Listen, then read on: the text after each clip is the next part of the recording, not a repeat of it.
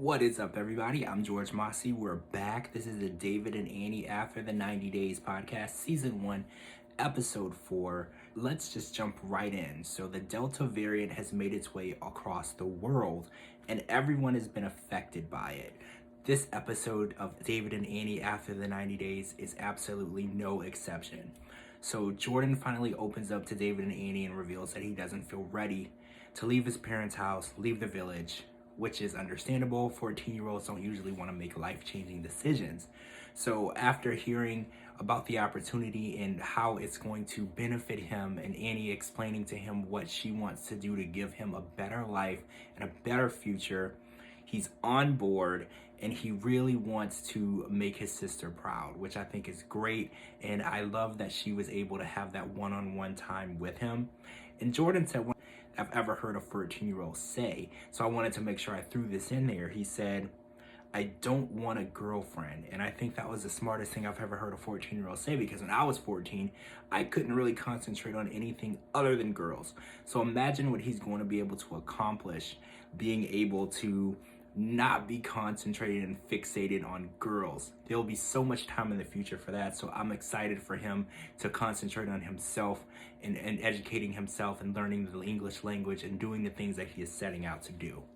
So after getting both Amber and Jordan fully on board, David and Annie travel back to Bangkok, where they're staying in a condo outside of the city, where they're going to actually do the visa interviews to get them back with them in the United States, which shouldn't be a long process. So after they get to the condo, they decide to cook, and they're having a nice time as a family, that bonding time, what it's gonna be like when they actually get back to the US, seeing how they mesh with each other. We find out that Jordan is a chef, which is really cool, because when I was 14, I don't think I could make anything but grilled cheese. So Jordan is really impressing everyone. You know, he's a chef, he's cooking for the family. He's not wasting his time with girls yet. He's gonna spend time getting himself and bettering himself and getting to where he needs to be. So I'm enjoying seeing them as a family and how they mesh and how they bond and how they are together. And they wake up the next day to find out that all of Thailand is on lockdown. And when they say lockdown in Thailand, it is crazy. There is no leaving your home. There's sheltering in place. There are only grocery stores open. You can't leave the house.